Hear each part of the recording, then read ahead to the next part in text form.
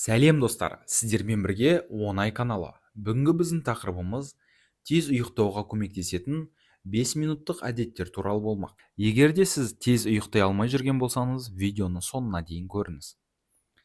Кей адамдар басы жастыққа тисе ұйықтап кетеді, алайда барлық адам ондай емес. Жылдам ұйықтап кетуге көмектесетін бірнеше әдетті бүгін сіздерге ұсынамыз. Әдетте ұйқысыздықпен қиналатын адамдар күні бойы шаршап жүреді де түнде ұйықтап кете алмайды. Тез ұйықтап кетуге көмектесетін бірнеше әдет бар. Олардың әрбіреуін байқап көріп, өзіңізге сай келетінін таңдаңыз. Ең алдымен мазасыз ойлардан арылу.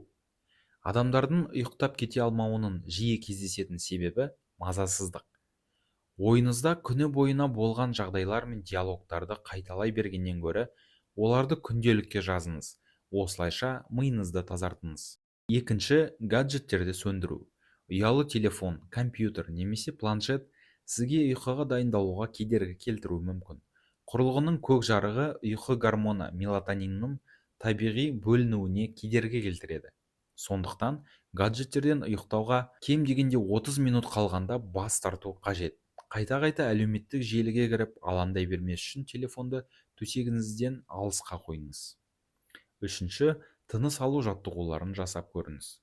Түрлі тыныс алу жаттығуларын жасап көруге болады. Мысалы, 4 секунд бойы тыныс алып, 4 секундқа тынысты тоқтатып, 4 секунд бойы тынысты шығару қажет. Тыныс алу жаттығулары ағзаны ұйықтауға дайындайды және тыныштандырады. Келесі, жатын бөлмені желдету. Ауаның қолайлы температурасы сапалы ұйқы үшін аса қажет шарт. Ауа жоқ бөлмеде ұйықтау жағымсыз және зиян. Алайда өте салқын бөлмеде де ұйықтауға болмайды. Ұйықтар алдында бөлмені желдетіп алғаны дұрыс. Және де келесі, тыныштандыратын сусындар ішу. Кей сусындар ағзаны ұйықтауға дайындайды. Мысалы, шие шырыны, түймедақ шайы, жалбыз шайы және де жылы сүт.